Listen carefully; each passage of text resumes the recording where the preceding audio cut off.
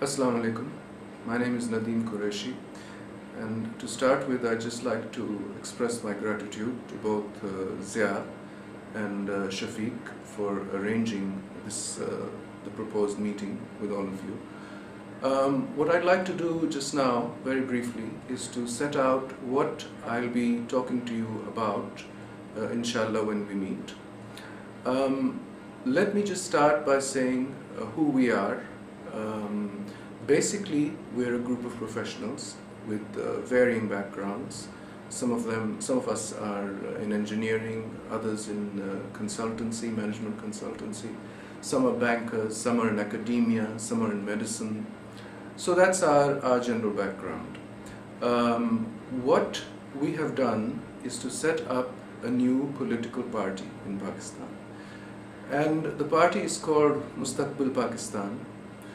My intention, inshallah, is when we meet for a detailed discussion, is to talk to you about this party, to let you know why we've set it up and why we think we can succeed. What I'd like you to think about before we meet is something that is quite obvious, but I think it merits mentioning. I and my colleagues, we consider Pakistan to be a rich country, and anyone who thinks about it for a short while will see that that's true. We have in Pakistan all the possible natural resources, all the possible ingredients, as a matter of fact, to allow this country to be developed and successful and capable of meeting the expectations of its people and of creating living standards for them that are well above what we see now. Now, here's the question, and this is the question that confronted us, is that if we consider all these resources that we have, and inshallah when we meet later, I'll talk about these and I'll mention what they are, but it's clear what they are. Given that we have all these resources, the conundrum is, why are we failing to succeed? And the answer to that is really quite simple if you think about it.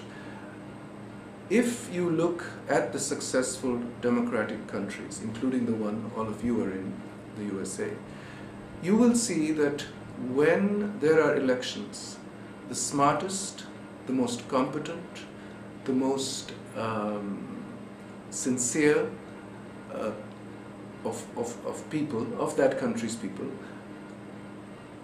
contest elections. And they are the ones who eventually succeed or win elections and get to the parliament or Congress, whatever the case may be. And these people, the best of these people, the best of those countries' peoples, enter parliament or enter Congress, and they then take the reins of the country and they make the important decisions and set strategy and set policy and govern the country. Now, if you look at Pakistan, the exact opposite is true. The exact opposite is true. In our country, the worst of our people, the least competent, the most corrupt, the virtually illiterate, the completely insincere, these people are the ones who seek election. They are the ones who eventually get elected, and they are the ones who eventually sit in our parliament. Now, here's the problem. In other countries, in other democratic countries, we have the cream of their people sitting in parliament. In Pakistan, we have the scum of our people sitting in parliament.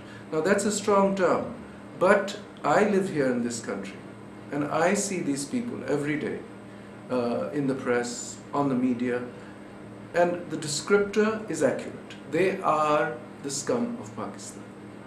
Then why should we be surprised? Why should any Pakistani be surprised then that our condition is what it is? Why should we be surprised that as other countries progress, we are moving backward? And let me tell you that unless we change this, unless we open up politics to the best of our people and encourage them to come in and enable them to succeed, Pakistan will not survive. Because these people who are now in government, and it doesn't matter which party you talk about, you can talk about the Muslim League, you can talk about the Pakistan People's Party, the ANP, you name it, they are all the same. They are all incompetent, they are all insincere, they are dishonest, they are corrupt. A variety of adjectives apply to them.